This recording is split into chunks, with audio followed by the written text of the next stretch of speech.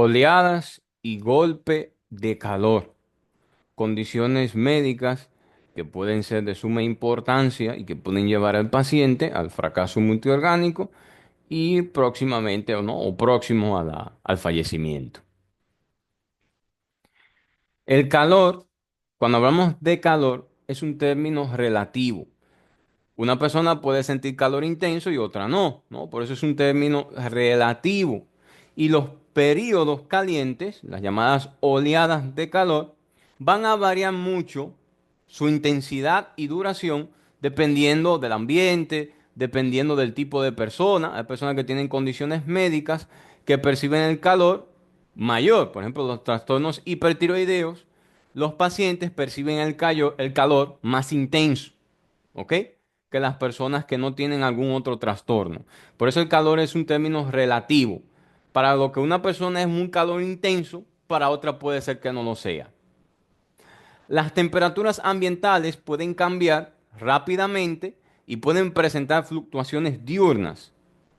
Por ejemplo, en las grandes ciudades, en las paredes, en los edificios calientes, ¿no? Del calor del día, en la noche pueden emanar ese calor y puede aumentar la temperatura en situaciones diurnas o en condiciones diurnas, ¿no? De noche. Su efecto sobre los seres humanos no es lo mismo, no es el mismo en las diferentes áreas geográficas. No es lo mismo. Por ejemplo, en el desierto de Sahara, el calor puede ser letal o o el calor de un área tropical, por ejemplo, puede ser, también puede ser intenso, pero de menor gravedad que un calor, por ejemplo, en un desierto de Sahara, en una condición, ¿no? Donde las situaciones favorezcan a el aumento de intensidad de la temperatura. Física y fisiología del calor. Nuestro cuerpo humano crea mecanismos para regular la temperatura. Dentro de estos mecanismos, por ejemplo, para aquí mencionarlo, vamos a mostrar más adelante, está la convección, la conducción, la evaporación, principalmente a través de la sudoración, la evaporación, y tenemos también la radiación. Hay mecanismos de homeostasis térmica que tratan estos mecanismos, nuestro cuerpo humano nuestro cuerpo tratan de mantenerla en un rango relativamente constante, a una temperatura central, ¿no? La tratan de llevar a una temperatura central constante. Hay cuatro procesos involucrados en la homeostasis térmica. Homeostasis es equilibrio, ¿ok? Obtención del calor, del metabolismo. Recuerden que la principal fuente de calor de nuestro cuerpo se obtiene a través del metabolismo celular. Es la principal fuente de calor. Y ese calor obtenido del metabolismo debe regularse. Pérdida por evaporación, a través de la sudoración, se genera la evaporación del sudor y se genera pérdida de calor, de esa capa de calor superficial que queda en nuestro cuerpo. La ganancia y la pérdida por conducción y convección, tanto la conducción como la convección, uno puede ganar o perder calor, pero por la evaporación simplemente o solamente se pierde calor. La evaporación solamente es para perder calor, pero tanto por la conducción como por la convección, el calor puede ganarse o puede perderse. En este caso vamos a hablar de las pérdidas, ¿ok? Del calor por conducción o por convección. Conducción, para que se entienda más, es el contacto a través de superficies donde la temperatura de esa superficie pasa al cuerpo, ¿ok? Por ejemplo, si toco, es típico que nos levantamos en la mañana descalzo, ponemos los pies, la planta de los pies sobre el piso y el frío del piso pasa a la piel, ¿no? Y se genera esa pérdida de calor por conducción. La convección es a través de corrientes de aire. Una capa, esa capa de calor que queda en nuestro cuerpo, se disipa por corrientes de aire del ambiente. Por ejemplo, un ventilador, ¿no? Entonces, eso acelera la pérdida de calor, la convección. Y la ganancia o la pérdida de energía radiante a través de la radiación o energía radiante, ¿no? La radiación. Por ejemplo, la exposición a un ambiente más frío genera pérdida de calor por radiación. O también se puede ganar calor. Recuerden que de los cuatro mecanismos de los cuatro, de la evaporación, conducción, convección y radiación, el único que sirve para perder es la evaporación, que es a través del sudor, que evapora, esa capa se evapora el sudor y entonces se pierde esa capa de calor que se está generando en la superficie. Recuerden los mecanismos básicos para la pérdida de calor. Y recuerden que el metabolismo es la principal fuente de calor de nuestro cuerpo. Por eso lo ponen aquí, dentro de los mecanismos o procesos que regulan, ¿no?, la homeostasis. Es muy común saber, o se sabe, que los trastornos que aumentan el metabolismo aumentan la temperatura corporal. Y recuerden los cuatro mecanismos, ya para un breve repaso, ¿no? Convección es a través de corrientes de aire, pérdida o la remoción de esa capa de calor de nuestro cuerpo a través de corrientes de aire o una circulación de aire, ¿no? La conducción es a través de contacto de superficies. La pérdida de calor se pierde por el contacto con superficies frías, por ejemplo. La evaporación es a través del sudor, evapora esa capa de calor que se encuentra en la piel, y la radiación es a través de la energía radiante, ¿no? Ese cambio de temperatura del ambiente origina pérdida de calor por radiación, ¿ok? Es a través de un vacío, se pierde calor. Y recuerden que tres de ellos se puede ganar como perder calor. Uno de ellos solamente sirve para perder calor. Ese es o esa es la evaporación. El cuerpo pierde calor por transpiración de la piel, la transpiración, y cuando las secreciones se evaporan. Se evaporan en el epitelio respiratorio y se evaporan a través de contacto sobre la piel, ¿no? Se evaporan. Recuerden que es uno de los mecanismos para perder calor. Si la temperatura de la superficie corporal es diferente al contacto con una superficie o una sustancia, entonces el cuerpo puede ganar o perder calor por conducción. Por ejemplo, si me meto en agua fría, esa sustancia fría hace que pierda calor por el contacto con mi piel, ¿no? O por el contacto sobre un metal que contenga, que esté frío, etcétera. ¿Y cómo se gana también? Bueno, si le pongo la mano a una olla caliente, el calor pasa de la olla a mi cuerpo, ¿no? A mi piel.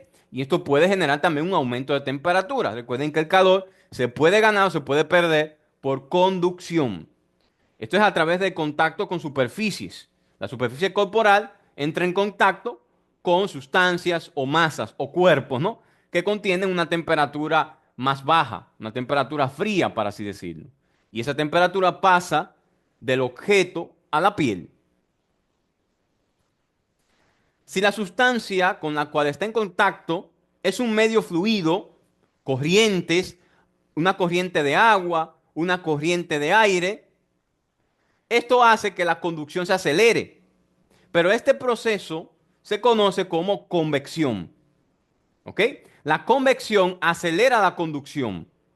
Pero hablamos de convección cuando ese calor se pierde por fluidos, una corriente de agua o una corriente de aire, que hace que esa capa de calor superficial en nuestro cuerpo se disipe, ¿ok? O se elimine. La convección hace que se acelere la conducción. En presencia de objetos o superficies más calientes o fríos, ¿no?, que el cuerpo, más fríos que el cuerpo, entonces el calor se puede perder también o se puede ganar. Esto es a través de la radiación. Por ejemplo, aquí vemos en la imagen, el paciente, una bombilla, coloca sus manos y por la energía radiante que genera la bombilla puede ganar calor. Pero también a través, por ejemplo, de sustancias o condiciones donde la temperatura está más fría, el cuerpo también puede perder calor por radiación. Aquí vemos otro ejemplo por igual. Radiación a través de la energía radiante, ¿no? Radia la zona del cuerpo y, y se puede ganar o perder calor. La conducción a través del contacto de objetos o sustancias. ¿Ok? La temperatura pasa del objeto o de la sustancia al cuerpo. La convección a través de corrientes, corrientes de agua o corrientes de aire. y la evaporación, recordando, aquí no está, pero la evaporación a través de la sudoración, ¿no? A través de la diaforesis o sudoración. Recuerden que estos tres mecanismos, radiación, conducción y convección, podemos ganar como perder calor. Hay cuatro variables meteorológicas que impactan significativamente el proceso físico que medía la homeostasis térmica. Cuatro variables meteorológicas. Esas son la temperatura del aire. A mayor temperatura del aire, obviamente mayor calor se gana, ¿no? Más calor se gana. La temperatura del aire. La humedad. A mayor humedad se pierde el mecanismo de evaporación. El paciente no puede sudar porque hay mayor humedad en el ambiente y se gana calor. Recuerden que la evaporación sirve para perder calor. Y si el ambiente está húmedo, con una temperatura caliente, obviamente va a ganar calor porque no puede evaporar. ¿Ok? No puede sudar. Cuando la temperatura está húmeda, un ambiente húmedo pero muy caluroso, entonces se pierde el mecanismo de evaporación y el paciente gana calor. ¿Ok? Aumento de la temperatura del aire, aumento de la humedad del ambiente. Del ambiente, no del cuerpo, ¿ok? Del ambiente. El movimiento de aire, es decir, a una menor velocidad del viento, mayor ganancia de calor. A menor velocidad del viento, ¿ok? A mayor velocidad del viento, más pérdida de calor. Pero aquí, como hablamos de aumento de temperatura, entonces hablamos de un menor movimiento del aire, ¿ok? Una velocidad menor del viento. Y cuatro, la energía calórica de la radiación solar, la exposición al sol, ¿no? Estas son las cuatro variables meteorológicas que impactan en el proceso físico de la homeostasis térmica. La temperatura del aire, la humedad, el movimiento del aire, es decir, la velocidad del viento, y la energía calórica obtenida de la radiación solar. Una, un aumento de la temperatura del aire, un aumento de la humedad del ambiente, una disminución de la velocidad del viento y un aumento de la exposición solar pueden hacer que el paciente entre en estados donde las condiciones corporales sean catastróficas o sean dañinas, ¿no? Como el llamado golpe de calor. Y para que se dé un golpe de calor, estas variables deben de estar por lo general. Cuando la temperatura del aire es baja, el calor generado metabólicamente es fácilmente perdido, ¿no? Cuando baja la temperatura del aire, el calor se pierde más rápido y se puede perder por conducción y convección. Se pierde más rápido por conducción y por convección. Y recuerden que para que haya ganancia de calor, la temperatura del aire debe ser mayor, ¿no? Debe ser mayor. A medida que la temperatura del aire sube, mientras va subiendo la temperatura del aire, el calor perdido por convección se pierde más lento, se pierde de forma más lenta. Y entonces se gana calor por el aire o a través del aire, ¿no? A mayor temperatura del aire, menor pérdida de calor, más se gana. A temperatura más baja del aire, más rápido se pierde calor, se acelera entonces el proceso de conducción y de convección. Se pierde más rápido el calor. La humedad. Recuerden, a mayor humedad del ambiente, por efecto de enfriamiento, se pierde la evaporación o la transpiración, se pierden. Entonces se incrementa la temperatura corporal, se incrementa el estrés por calor. Recuerden que estamos hablando del ambiente, la humedad del ambiente. A mayor humedad del ambiente, por efecto de enfriamiento del ambiente, ¿no? Se pierde la evaporación, el cuerpo no suda, se pierde la transpiración y entonces se incrementa el calor. Por eso en los climas donde la temperatura es muy alta, pero el ambiente es húmedo, puede haber casos de golpes de calor. El aumento de la velocidad del aire. Recuerden, a mayor velocidad del aire facilita la convección y la evaporación. Se facilita. Pero a una menor velocidad, entonces estos mecanismos empiezan a reducirse y aumenta la temperatura corporal. Y obviamente, a mayor exposición solar, mayor aumenta el calor corporal, ¿no? Mayor aumenta la temperatura a mayor exposición solar. Recuerden que estos son los factores meteorológicos que alteran la homeostasis térmica o que regulan o que tienen una importancia, ¿no?, en la homeostasis térmica. Temperatura del aire, humedad del ambiente, velocidad del aire y la exposición al sol, radiante, la exposición radiante al sol. ¿Qué efectos tienen o tiene las oleadas de calor cuando en un ambiente muy caluroso, ¿no? ¿Qué efectos tienen sobre la salud? Tienen múltiples efectos sobre la salud. Las enfermedades reconocidas como un resultado directo de la exposición a periodos prolongados en condiciones de temperaturas muy altas, de forma ambiental. ¿Cuáles son estos efectos? El paciente puede cursar con diversas condiciones clínicas. Entre ellas está el golpe de calor, que es la condición más severa, más grave de estos trastornos. Es la condición más grave, el golpe de calor, el agotamiento por calor, el síncope por calor y los calambres por calor. Estas son las condiciones cuando el paciente se expone a un ambiente caluroso sin la adecuada hidratación, sin adecuadas medidas, puede cursar o puede producirse en ese paciente una de estas condiciones: golpe de calor, agotamiento por calor, síncope por calor o los calambres por calor.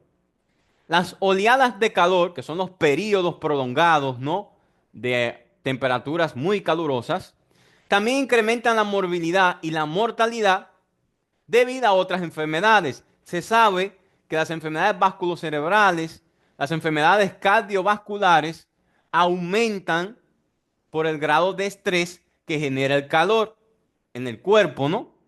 Aumentan por el estrés generado por el calor, por la temperatura del ambiente elevada.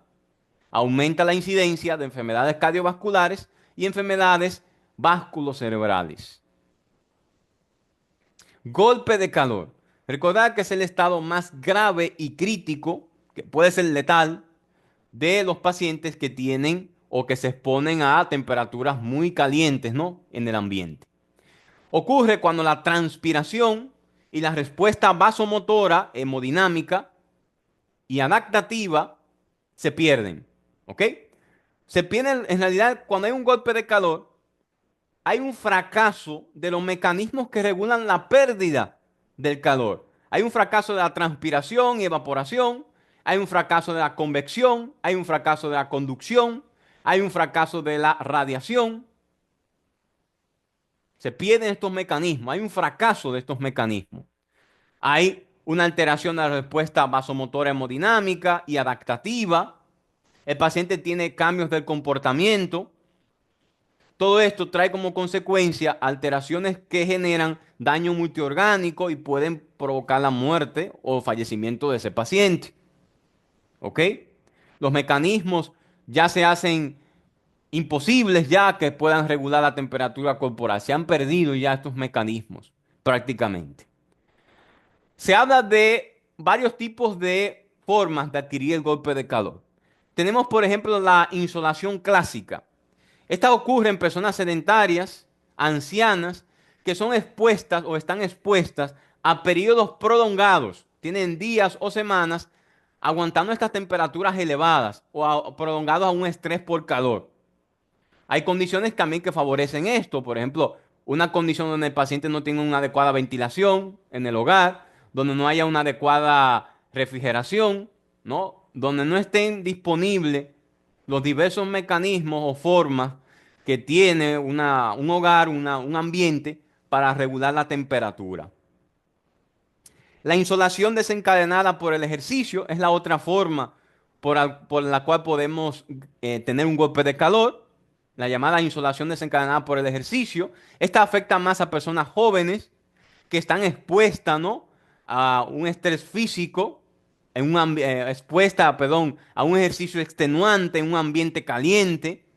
Se excede más allá su capacidad para mantener el equilibrio térmico, se pierden los mecanismos y la paciente o el paciente entran en una situación de golpe de calor. La insolación clásica se ve mucho en personas sedentarias, ancianas, con comorbilidades inclusive, y la insolación desencadenada por el ejercicio se ve en personas relativamente sanas, con buen estado físico, que hacen ejercicio extenuante en ambientes calurosos. Se altera su capacidad para mantener el equilibrio térmico y entran o pueden entrar en una situación de golpe de calor. La anhidrosis significa ausencia o disminución de la transpiración, de la sudoración o transpiración, ¿no? Ausencia o gran disminución de la transpiración, anhidrosis. Es mucho más común en presencia de insolación clásica. La primera es más común que se presente la anhidrosis. El paciente pierde la sudoración, se da anhidrosis, aumenta la temperatura corporal porque se está perdiendo el mecanismo de evaporación, se da gracias a la sudoración y aumenta aún más la temperatura corporal y el paciente entonces puede entrar en esta condición severa que se conoce como golpe de calor. El golpe de calor debe asumirse en toda persona cuya temperatura rectal alcance los 40,6 grados. Toda persona que esté en un estado de disminución de conciencia, en estado de delirio, en estado de estupor o en estado de coma, cuya temperatura corporal excede o llega a los 40,6 grados Celsius, debemos sospechar en un golpe de calor. Debemos asumir que probablemente ese paciente tenga un golpe de calor. ¿Ok? Y siempre debe estar el antecedente de que ese paciente estuvo expuesto a temperaturas ambientales elevadas.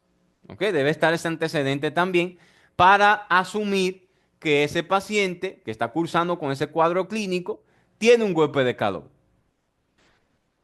Los principales efectos adversos de un golpe de calor son los trastornos neurológicos. El sistema nervioso central es el que más sufre daños en un golpe de calor. Y esto es secundario al aumento de la temperatura. La anhidrosis puede o no estar presente en un golpe de calor, depende del tipo de golpe de calor, pero puede o no estar presente la anhidrosis. El enfriamiento rápido es esencial en estos pacientes para prevenir el daño neurológico permanente o la muerte. Es esencial el enfriamiento en estos pacientes. Ya vamos a ver más adelante que hay técnicas que hay que tener en cuenta porque el enfriamiento va a traer consecuencias como los escalofríos. Y cuando hay escalofríos, hay movimiento muscular y el movimiento muscular también aumenta la temperatura corporal. Y hay que tener en cuenta estos escalofríos, ¿no? Por eso los pacientes deben ser manejados en unidades de cuidados intensivos cuando se asume que tiene un golpe de calor. Pero si está en el hogar, llegó el paciente, lo encontramos tirado, por algún motivo se calcula la temperatura y vemos que está sobre los 40 grados. Entonces, el enfriamiento es lo esencial para proteger su sistema nervioso antes de que haya, ¿no?, daños permanentes. Otra condición clínica o otra situación clínica es el agotamiento por calor. Recuerden que el golpe de calor es la más severa de todas, la más crítica y más severa de todas. El agotamiento por calor es mucho menos severo que el golpe de calor. Los pacientes se quejan de tener mareos, debilidad o fatiga. A veces en algunos casos puede haber delirio. Puede haber delirio también en algunos casos, ¿eh? La temperatura corporal puede ser normal o leve a moderadamente elevada. En el golpe de calor, por lo general, siempre está elevada en el golpe de calor. ¿Cuál es la causa que se sospecha o se cree que se da que da el golpe de calor? Una pérdida de desequilibrio, una pérdida del equilibrio, ¿no? Del equilibrio hidroelectrolítico. Hay un desequilibrio hidroelectrolítico. Esto es debido al incremento de la sudoración y la transpiración. Se pierde electrolito, se pierde sodio, cloro, ¿no? Cloruro de sodio se pierde por la sudoración. Entonces se cree que el agotamiento por calor se debe a la pérdida de electrolitos a través del sudor.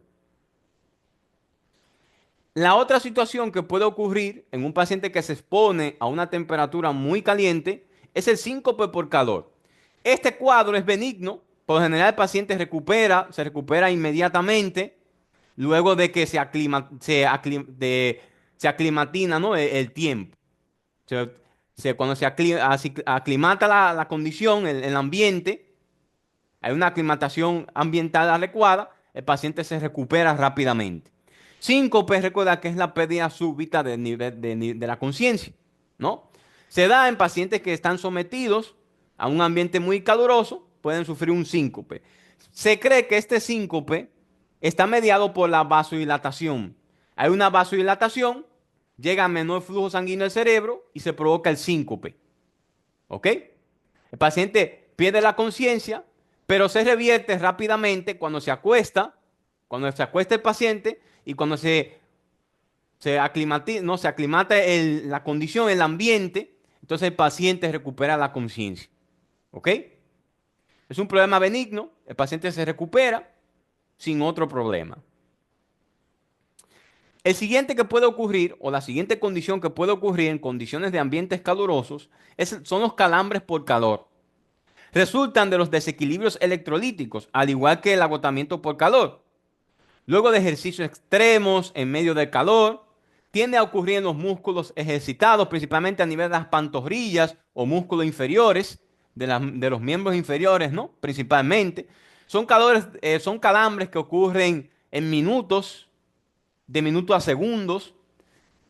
Se acompaña, es común verlos en atletas que están expuestos, ¿no? A ambientes muy calurosos o a trabajadores industriales que están expuestos también a ambientes calurosos. Se recuperan los pacientes cuando obtienen fluidos, ¿no? Se cree que se debe también a la pérdida de cloruro de sodio, la sal, a través del sudor, ¿no? Son desequilibrios. También es un problema de menor gravedad que el golpe de calor. Tanto los calambres por calor, el agotamiento por calor y el síncope por calor son de menor intensidad que el golpe de calor. El golpe de calor ya es cuando todos los mecanismos se han perdido. En un calambre por calor, en un síncope y en un agotamiento por calor, si el paciente no ingiere líquidos, si no se busca un ambiente adecuado, el paciente puede entrar en un golpe de calor, ¿eh? Porque estas condiciones se cree que son estados iniciales del golpe de calor. Si el paciente no busca ayuda, no busca un ambiente adecuado, no se hidrata de forma adecuada, puede entrar en un golpe de calor. ¿Ok? La mortalidad asociada con las oleadas de calor depende mucho de la edad del paciente, las condiciones que tiene el paciente y la zona geográfica donde se da la oleada de calor. Oleadas de calor son periodos calurosos. ¿Ok?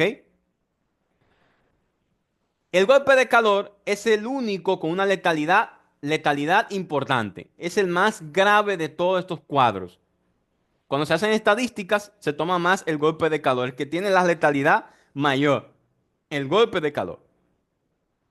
La apoplejía, que es el infarto cerebral, que ya sea por una isquemia o por una hemorragia cerebral, es causa importante de muerte en estos pacientes. Recordad, ¿no? Hay un aumento de incidencia de trastornos cardiovasculares, muerte por trastornos cardiovasculares o muerte por trastornos vasculocerebrales. Son causas importantes de fallecimientos en los pacientes con o que se están expuestos, ¿no? A condiciones muy calurosas. Hay incremento de la coagulabilidad. Hay un incremento de la coagulabilidad. Entonces, de la sangre en personas con estrés por calor. Esto incrementa el riesgo de eventos vasculocerebrales y también incrementa el riesgo de infarto al miocardio, ¿no? Un aumento de la coagulabilidad. Frecuencia de muertes atribuidas a enfermedades cardíacas también se incrementa en las oleadas de calor. Todo esto es por el incremento de la coagulación. ¿Ok? Un incremento de la coagulación puede traer como consecuencias apoplejías, eventos vasculocerebrales o eventos cardiovasculares. Hay factores que influyen en la morbilidad y la mortalidad. No todos los pacientes van a tener las mismas condiciones que favorezcan a una enfermedad, a la muerte, ¿no? Por ambientes calurosos. Entre ellos están las altas temperaturas durante varios días seguidos, es decir, el paciente que está expuesto a altas temperaturas durante varios días seguidos. En las zonas urbanas, esto es muy importante a tomar en cuenta porque en las zonas urbanas es mayor la incidencia de estos trastornos. La morbilidad y la mortalidad es mayor en ambientes calurosos en zonas urbanas. ¿Ok? Cuando hay ambientes calurosos en zonas urbanas es mayor. Y recuerda que aquellos pacientes que se exponen durante más días seguidos a altas temperaturas también tienen un aumento de la morbilidad y la mortalidad. En las zonas urbanas, ¿por qué? ¿Por qué es mayor la movilidad y mortalidad? Número uno, las masas de piedra, ladrillo, concreto, asfalto y cemento absorben todo ese calor durante el día, ¿no? La radiación del sol es absorbida por todos estos materiales durante el día. Y cuando cae la noche, entonces emanan ese calor. Se emana el calor durante la noche. Entonces persiste aún más el ambiente caluroso, ¿no? Número dos, hay relativamente pocos árboles para dar sombra. Hay mayor exposición al sol, ¿no? Mayor exposición al sol. Entonces, por la menor cantidad de árboles que hay en las zonas urbanas. Número tres, las edificaciones altas pueden evitar o pueden contribuir a disminuir la velocidad del viento. Recuerden, a menor velocidad del viento, mayor ambiente caluroso, ¿no? Entonces, esto hay que tomarlo en cuenta por igual. La pobreza relativa de algunas áreas también aumenta la incidencia de muertes y movilidad por oleadas de calor. ¿Por qué? Porque tienen menos equipos o menos sistemas de enfriamiento, ¿no? Las condiciones de pobreza también favorecen una mayor movilidad y mortalidad. Recuerden por qué las zonas urbanas son las que donde mayor se presentan, ¿no? Estos trastornos. Por la masa se acumula, se absorbe el calor y se emana por la noche. Hay pocos árboles o los edificios muy altos evitan una corriente fluida, ¿no? De aire. Disminuyen la velocidad del viento. Grupo de altos riesgos. ¿Cuáles son las personas que tienen mayor riesgo de sufrir un infarto, una apoplejía, un golpe de calor? Principalmente los ancianos. Son la población de mayor riesgo. ¿Ok? Los ancianos. La infancia y la niñez temprana también tienen riesgo. Son poblaciones de riesgo. Ahora, la niñez tardía tiene menor riesgo que la niñez temprana. ¿Ok? Los hombres tienen mayor riesgo de muerte que las mujeres porque están expuestos a trabajos o están en trabajos donde se encuentran expuestos en ambientes más calurosos, ¿no? En la construcción, por ejemplo, en la minería, donde hay ambientes más calurosos, hay más hombres trabajando, por ende mayor exposición a al calor, ¿no? Entonces, estos son los grupos de alto riesgo. Los ancianos también de por sí tienen comorbilidades. O ya tienen hipertensión, tienen diabetes, tienen múltiples comorbilidades, utilizan fármacos inclusive. Inclusive utilizan fármacos que favorecen la poca pérdida de calor. La vasodilatación en respuesta al calor, por ejemplo, los pacientes que tienen calor, se genera vasodilatación, ¿no? Recuerden que la vasodilatación es un mecanismo para la pérdida de calor, para aumentar la movilidad del calor y poder disiparlo más rápido en la vasodilatación, ¿no? Cuando hay calor hay vasodilatación. Pero esta vasodilatación que se genera aumenta el gasto cardíaco. En pacientes mayores de 65 años hay un aumento de gasto cardíaco. Tienen también menor capacidad de desarrollar los mecanismos compensatorios. Disminuye también la resistencia vascular periférica. La temperatura corporal a la cual la sudoración se activa se incrementa con la edad. Esto quiere decir que en los pacientes de mayor edad tiene que haber una temperatura mayor para que se active el mecanismo de sudoración.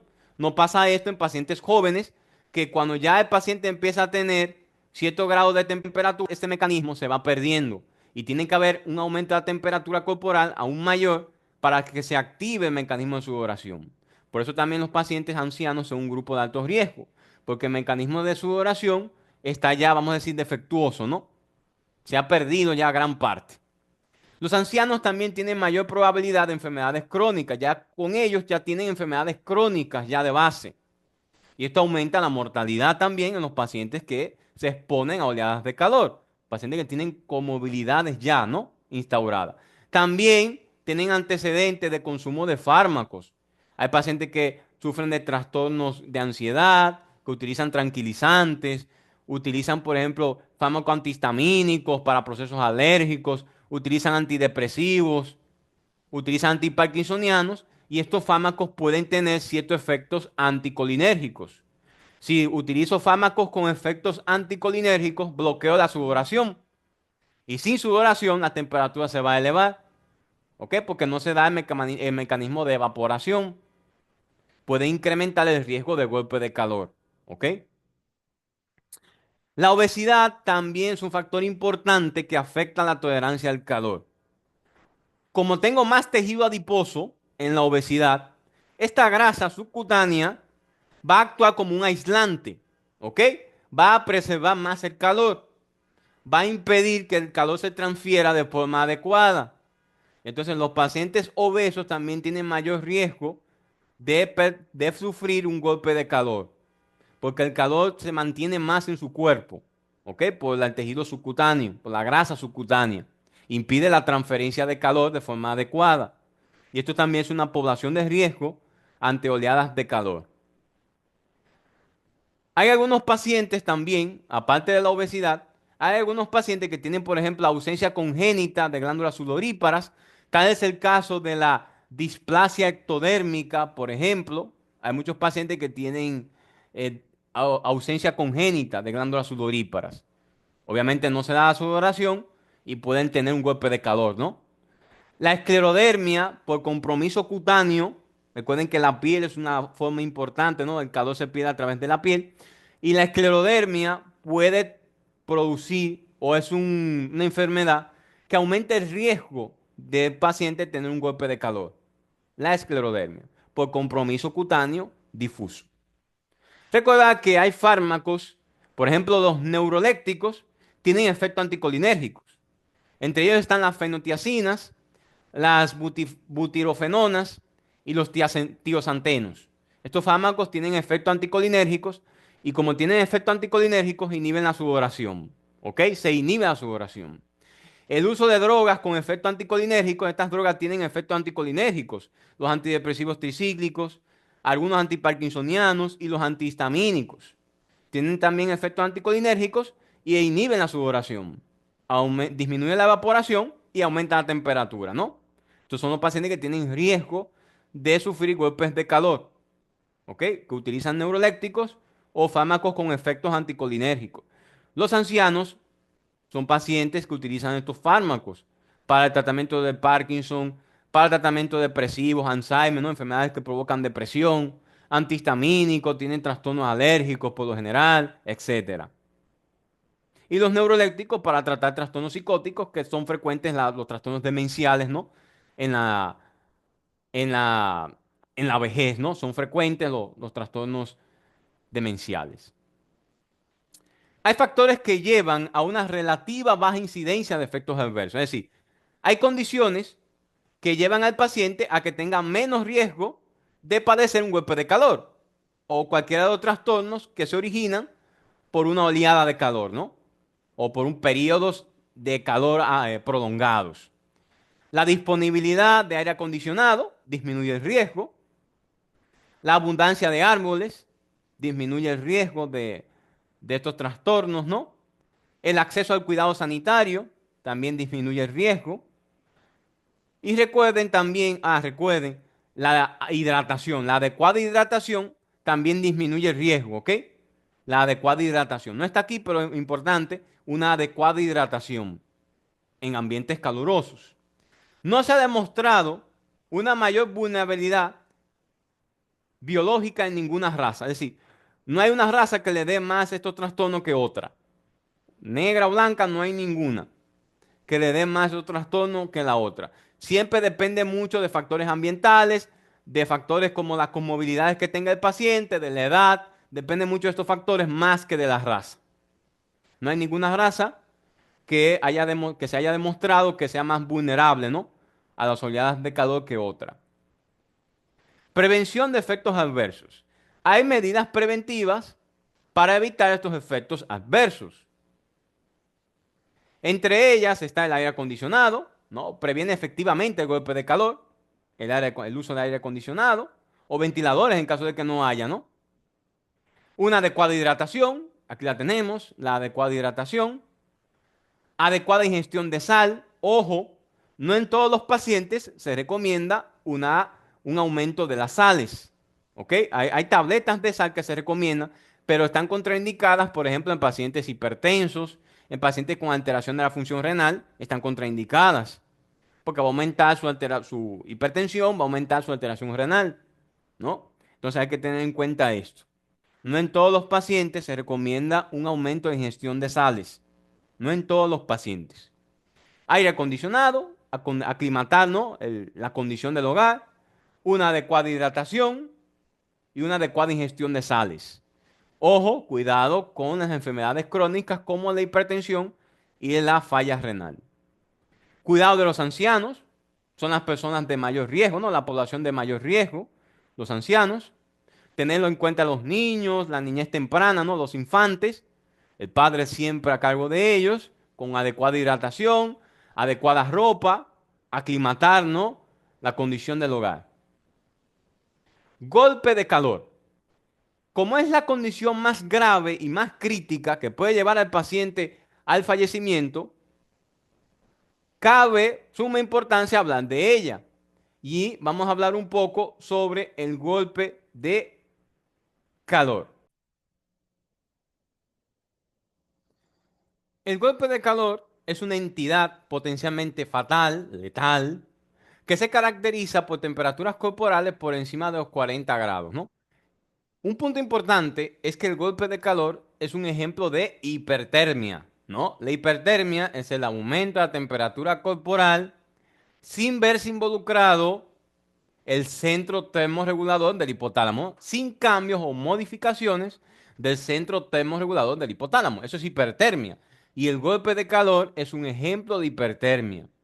Lo que pasa en el golpe de calor es la pérdida de los mecanismos que regulan la temperatura corporal. Recordad los cuatro principales: evaporación, conducción, convección y radiación. Estos mecanismos se pierden y el paciente puede ganar calor de forma excesiva, ¿no? Y puede...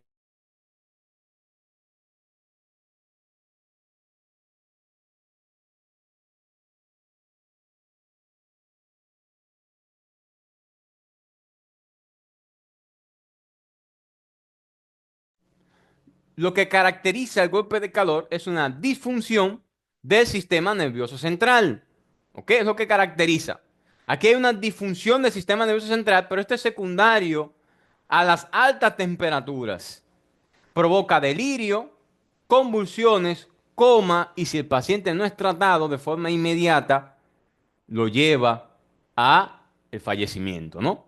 O a la muerte.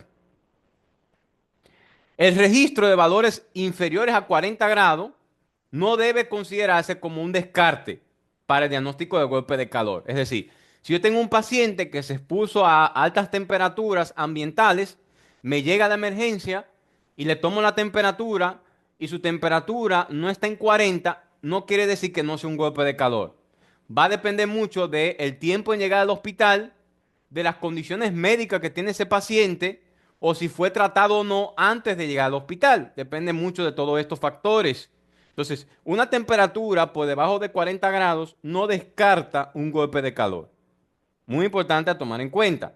No lo descarta. Los pacientes cursan con disfunción orgánica múltiple.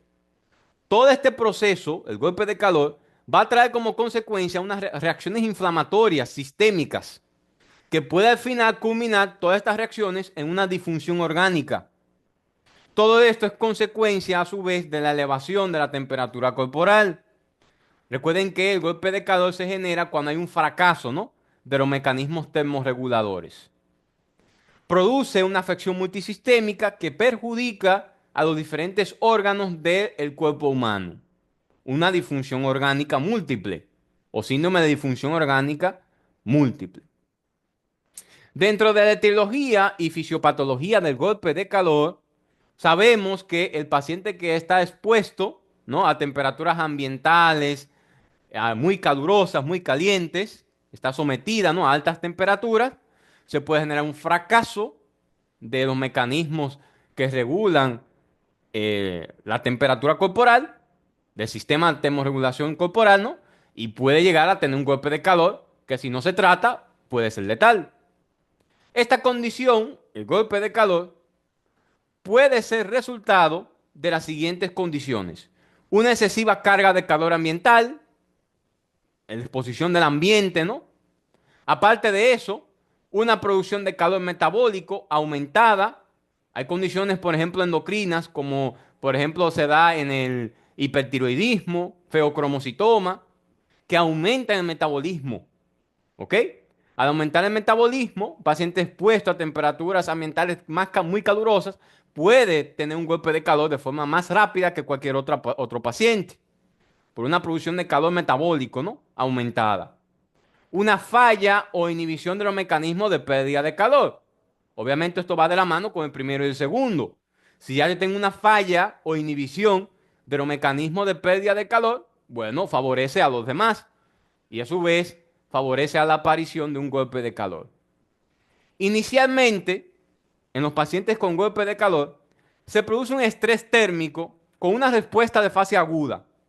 Se activan entonces aumentos de proteínas de shock térmico, gracias al aumento de temperatura, se desencadena una respuesta inflamatoria sistémica y al final esta respuesta inflamatoria sistémica puede llevar al paciente a una disfunción orgánica múltiple o un síndrome de disfunción orgánica múltiple, que si no se trata puede llevar al paciente a la muerte. Todo esto es desencadenado o se desencadena por las condiciones de altas temperaturas corporales. Aparte de todo esto lo que vimos anteriormente, a su vez, la reacción inflamatoria sistémica va a traer como consecuencia hipoperfusión esplácnica. Cuando hablamos de circulación esplácnica, hablamos de aquella circulación que se da en las vísceras abdominales, ¿no? Hay una alteración de la perfusión esplácnica. El paciente puede tener inclusive isquemia intestinal, alteración hepática, necrosis hepática, por una hipoperfusión esplácnica. Eso se genera por la vasodilatación. Cuando hay vasodilatación, cae el flujo sanguíneo. Disfunción de la barrera endotelial con la producción de radicales libres de oxígeno. Esto produce estrés oxidativo y daña las células. Hiperpermeabilidad capilar con la formación de edemas. Translocación bacteriana con la producción de endotoxinas y mediadores inflamatorios como citoquinas. Alteraciones de los mecanismos de coagulación, fibrinolisis. El paciente es propenso no solamente a tener infarto o eventos vasculocerebrales, también es propenso a tener sangrado, formación de hematomas, equimosis, petequias, por la propia alteración de la temperatura.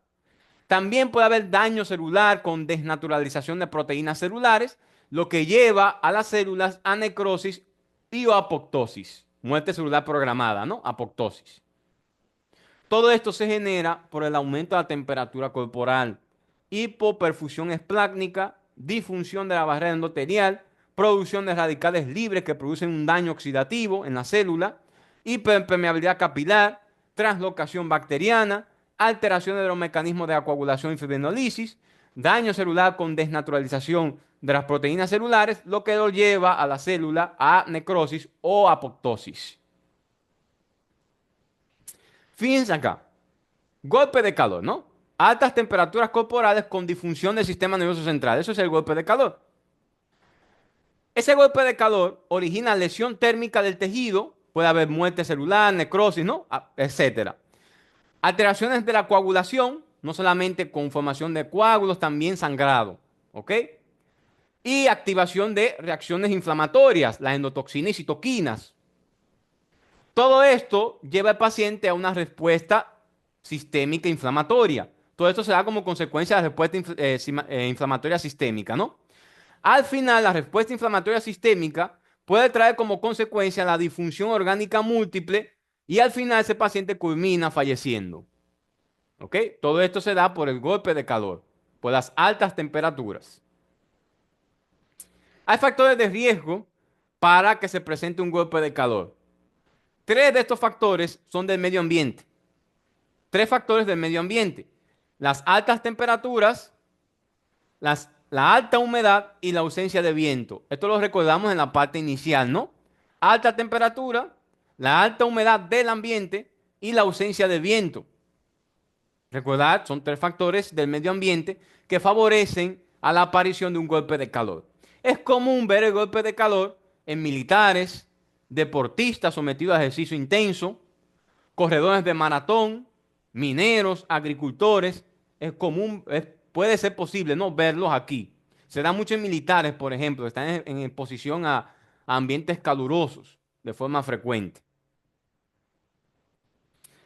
Dentro de la presentación clínica de un golpe de calor, se podemos dividirla en dos grupos. Hay dos grupos de estados de golpe de calor, para así decirlo. Se han descrito dos formas clínicas. Está la forma activa o conocida como post-ejercicio. Es común ver esta forma de golpe de calor en pacientes jóvenes que no están en condiciones aclimatadas. Estos pacientes tienen mecanismos de termorregulación intacto, no tienen comorbilidades por lo general. Esto es lo que quiere decir. Tienen mecanismos de termorregulación intacto, ¿no? No tienen comorbilidades.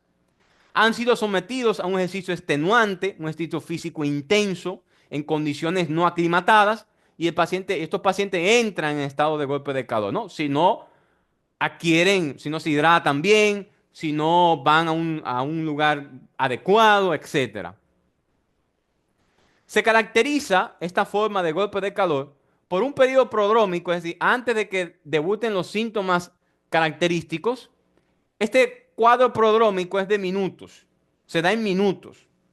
Uno de los primeros síntomas de este estado de golpe de calor son las alteraciones de la conciencia. La paciente o el paciente empieza a tener confusión, comportamiento irracional, puede convulsionar en situaciones aún peor, tienen sudoración intensa y la anhidrosis es poco común. Es decir, la ausencia de sudoración es poco común en estos pacientes porque tienen mecanismos de termorregulación intactos. ¿Ok? Son pacientes por lo general sanos que sufren esta forma de golpe de calor. Es una de las más comunes en realidad.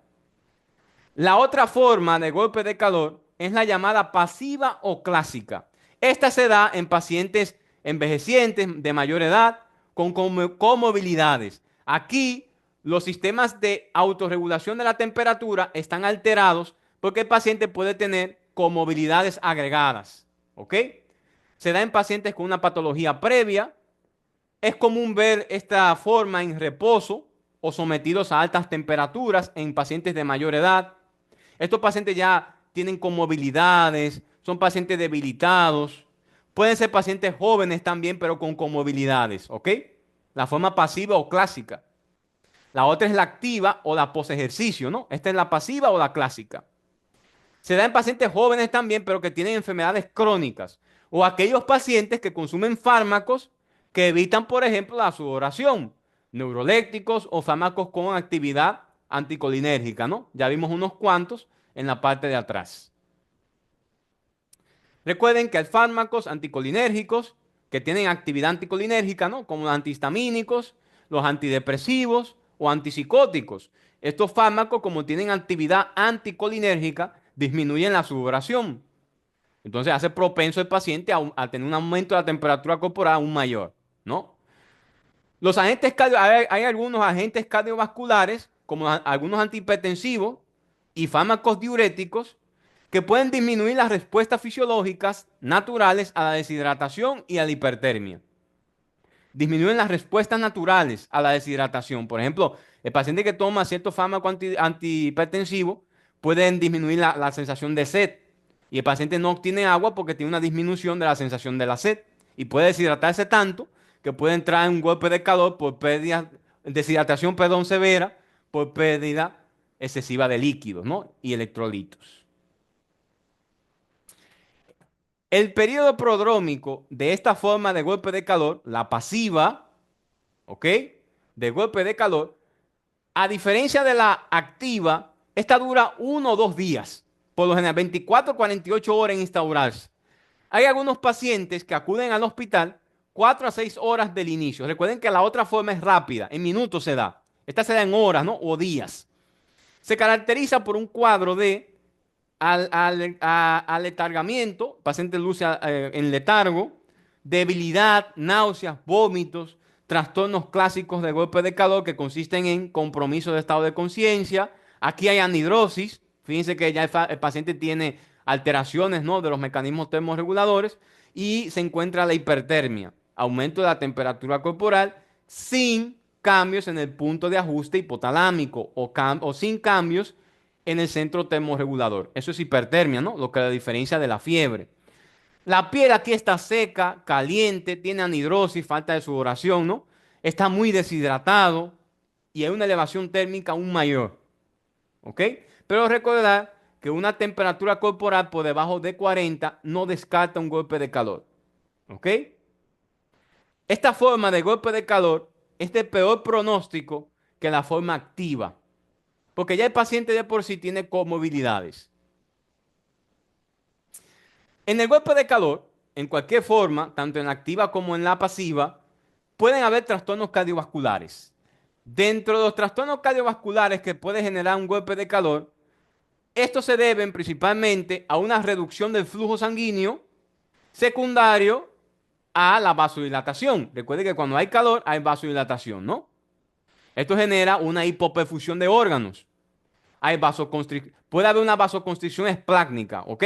Pero al final, cuando el paciente pierde todos los mecanismos, se genera una vasodilatación que genera hipoperfusión. ¿Por qué se genera en un principio la vasoconstricción esplácnica? Porque el cuerpo tiene que empezar a redistribuir la sangre a órganos vitales. ¿Ok?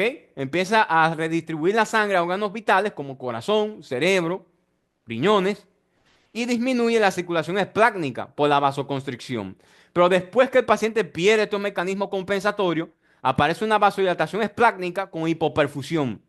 Y esto puede generar en el paciente isquemia intestinal, necrosis intestinal o daño hepático también. La deshidratación reduce la presión venosa y el llenado diastólico. Se reducen por la deshidratación. Hay un aumento de la contractilidad cardíaca. Esto es para mantener el volumen sistólico, ¿no? Como le está llegando poca sangre, tiene que el corazón aumentar su demanda, aumentar sus latidos para aumentar la demanda, ¿no? Ese aumento del gasto cardíaco y esa taquicardia es lo que puede llevar al paciente a un infarto de miocardio. Aparte de que ya hay trastornos de la coagulación. Esto puede llevar al paciente a infartos de miocardio por consumo de oxígeno. El corazón latiendo más rápido consume más oxígeno y puede llevar al paciente a un infarto. La hemoconcentración que se genera por los trastornos de la coagulación y la hipotensión por la vasodilatación va a favorecer aún más la aparición de trombosis coronaria y cerebrales, ¿no? Recuerden que el golpe de calor, los trastornos cardiovasculares y neurológicos son los que pueden matar al paciente más rápido. Pero recuerden que en el golpe de calor, el trastorno principal o el órgano que más afecta el golpe de calor es el sistema nervioso central. ¿Ok? Es el órgano que más se ve afectado, el sistema que más se ve afectado.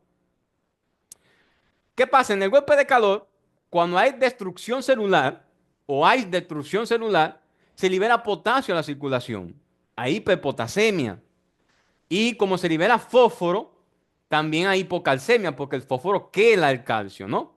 Esto puede traer consecuencias del ritmo cardiovascular, prolongación del intervalo QT por la hiperpotasemia o por la hipocalcemia y prolongación del segmento ST, principalmente por la hipercalemia o la hiperpotasemia, que es lo mismo. Esto puede matar al paciente de arritmias también. Y esto hay que tomarlo en cuenta, ¿no? No solamente puede matar al paciente por trastornos vasculares, sino también por trastornos hidroelectrolíticos que alteran el ritmo cardiovascular. Recuerden que el compromiso neurológico, el sistema nervioso central, es el punto cardinal del golpe de calor. Es el órgano que, o el sistema que más afecta el golpe de calor. El sistema nervioso central. Las alteraciones neurológicas son el punto cardinal del golpe de calor, ¿no? Aparece el delirio, letargo, coma, convulsiones, encefalopatía y a la muerte, ¿no? Si no se trata de forma adecuada o a tiempo. Esto se debe a la caída del flujo encefálico por la vasodilatación. Puede haber un aumento de la presión intracraneal. Recuerden que hay un aumento de la permeabilidad vascular y esto puede provocar edemas, principalmente edema a nivel cerebral, con aumento de la presión intracraneal. En el examen de líquido cefalorraquídeo, si se le hace una punción y se obtiene el líquido cefalorraquídeo, podemos encontrar proteinorraquia, un aumento de proteínas en el líquido cefalorraquídeo, glucorraquia, aumento de glucosa en el líquido cefalorraquídeo, santocromía por la deshidratación, el líquido puede lucir de color amarillento, el líquido cefalorraquídeo, y se conoce como santocromía, y puede haber ligera elevación de linfocitos por el estrés que se genera en el sistema nervioso central. No está recomendado hacer una punción lumbar para hacer diagnóstico de golpe de calor porque cualquier condición médica puede dar estos resultados y puede haber confusiones, ¿no? Hay alteraciones renales y musculares en el golpe de calor.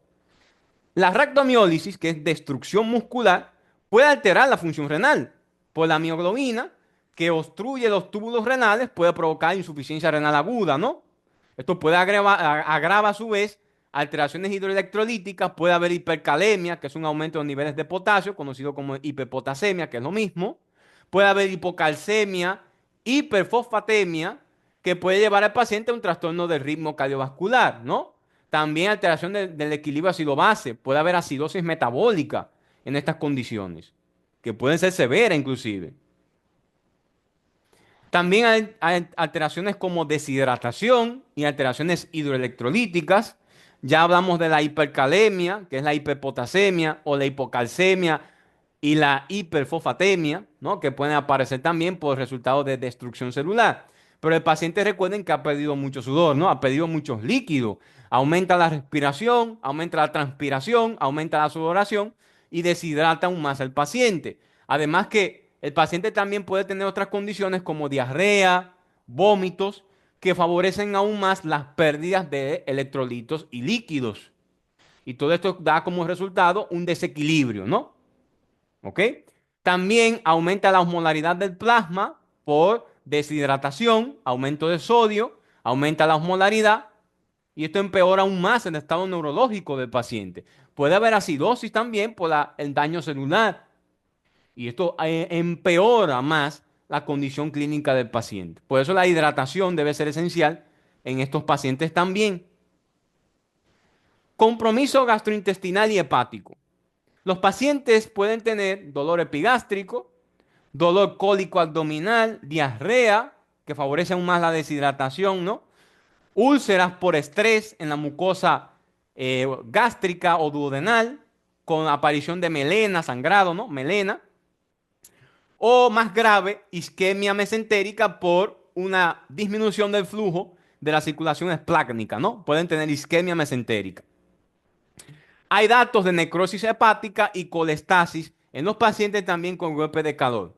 Puede haber datos de necrosis hepática y colestasis, es decir, elevación de enzimas hepáticas, elevación de enzimas que orientan a colestasis. Colestasis es obstrucción de canales biliares, ¿no? Principalmente.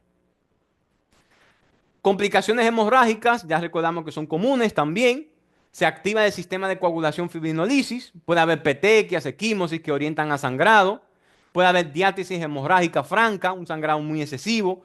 Coagulación intravascular diseminada. Y también estos pacientes tienen un aumento de riesgo de trombosis, tanto cerebral como cardiovascular. Lesión pulmonar. Puede haber edema pulmonar por aumento de la permeabilidad capilar. Síndrome de dificultad respiratoria, secundaria de edema pulmonar, también secundario a la reacción, ¿no? Inflamatoria. Recuerden que todos estos son datos de disfunción orgánica, ¿eh?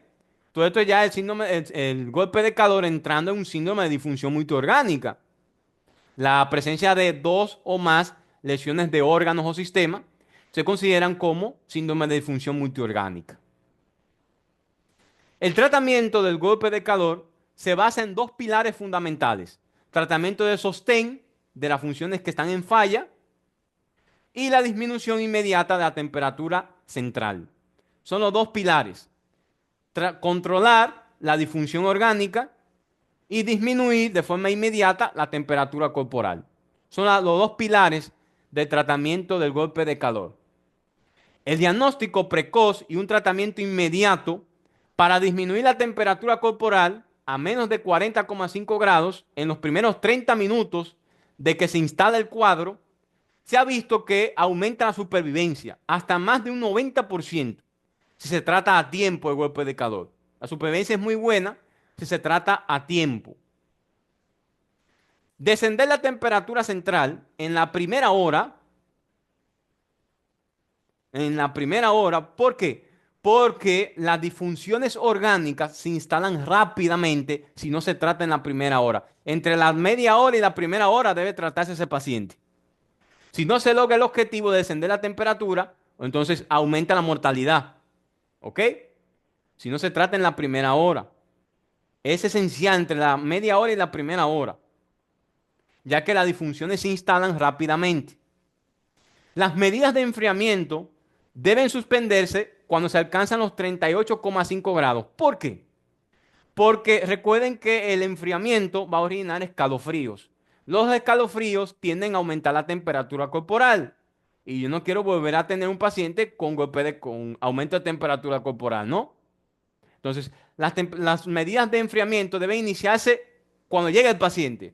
Pero cuando yo vea un descenso de la temperatura corporal que alcanza los 38,5 grados, suspendo la medida de enfriamiento. Porque tengo que evitar que ese paciente posteriormente tenga periodos de escalofríos prolongados que me aumenten aún más la temperatura corporal. Hay algunas medidas para disminuir el estremecimiento o los escalofríos, como la clopromacina o el diazepam, es una benzodiazepina, el diazepam. La clopromacina es un fármaco antidepresivo que se utilizan para disminuir también los escalofríos. Esto es a bajas dosis, ¿eh? Se utilizan como esta medida para disminuir los escalofríos, en caso de que sean necesarios, ¿eh? Monitoreo continuo de la temperatura corporal es esencial. Paciente que tenga un golpe de calor y lo esté tratando, es esencial el monitoreo continuo de la temperatura corporal. Parte del tratamiento del golpe de calor está la terapia de inmersión en agua fría o helada, que es el tratamiento de elección. Cuando llega el paciente con golpe de calor, una terapia de inmersión en agua fría o helada, ¿no? Es la técnica de enfriamiento. Actualmente no se recomienda la técnica de enfriado con mantas frías, con hielo. Actualmente no se recomienda sino la técnica de inmersión en agua fría o helada. Ese es el tratamiento de referencia para tratar de bajar esa temperatura corporal. ¿Ok? Otras formas de manejar el golpe de calor están los masajes. Masajes continuos en las extremidades. Esto es para promover la vasodilatación y así la pérdida de calor. Recuerden que el calor se elimina más rápido con la vasodilatación. ¿Ok? Pero se promueve la vasodilatación y se intenta perder más calor. Esta técnica es muy útil en los pacientes que tienen el golpe de calor por el ejercicio. La forma activa del golpe de calor es más útil esta técnica. Muy útil. ¿Por qué es menos útil en la otra forma del golpe de calor, es decir, la forma pasiva?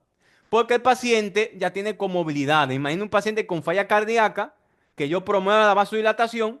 La vasodilatación de por sí disminuye el flujo sanguíneo a los órganos vitales, ¿no? Disminuye el llenado del corazón, disminuye el volumen diastólico. Entonces, voy a empeorar el estado clínico del paciente. Por eso no se recomienda mucho los masajes en los pacientes que tienen comorbilidades. Ahora, las técnicas de evaporación y de convección utilizando el roceo de agua fría en el cuerpo o colocando ventiladores es una técnica útil en los pacientes que tienen el golpe de calor de forma pasiva. Ahora sí, en los pacientes que tienen comorbilidades, utilizamos este tipo de técnicas. Rociar al paciente con agua fría y colocando ventiladores para tratar de reducir la temperatura corporal. Son algunas de las opciones que tengo para tratar el golpe de calor, ¿no? La de lesión es la inmersión en agua fría o helada. Los masajes continuos en las extremidades y el roceo para aumentar la evaporación y la convección con agua fría y colocando ventiladores. El compromiso hemodinámico es común en el golpe de calor. Por ende, parte esencial del tratamiento de un golpe de calor es la hidratación, la reposición de líquidos. Se prefiere la solución salina isotónica al 0,9%. El lactato de Ringer hay que tomarlo en cuenta porque puede producir o aumentar el grado de disfunción hepática y no se recomienda el lactato de Ringer. El que se recomienda es la solución salina isotónica al 0,9%. Recuerden que la mayoría de los pacientes con golpe de calor llegan deshidratados y más aún si tienen compromiso hemodinámico. Deben ser tratados con reposición, ¿no? De fluidos. Solución salina isotónica al 0,9%. No hay fármacos que aceleren la pérdida de calor, ¿ok? No existe un fármaco para acelerar la pérdida de calor. Y los antipiréticos están contraindicados. ¿Por qué están contraindicados? Número uno, recuerden que el golpe de calor no se debe a la producción de pirógenos. El motivo de utilizar antipiréticos es inhibir los pirógenos, ¿no? Entonces no se utilizan porque no van a resultar, no van a hacer efecto. Eso es muy importante, número uno. Número dos, el acetaminofén, si lo utilizo a dosis muy alta, puede provocar disfunción hepática y puede empeorar el cuadro clínico de ese paciente, ¿no?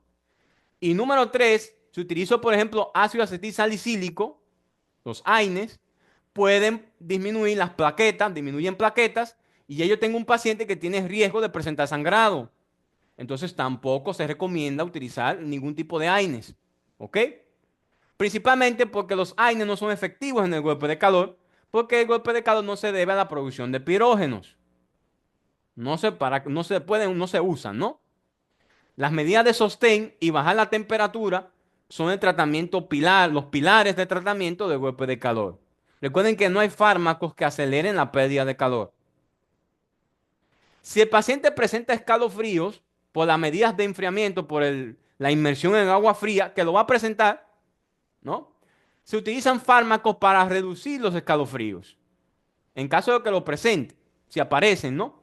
Pequeñas dosis de la clopromacina o diazepam para tratar de disminuir, si aparecen, los escalofríos.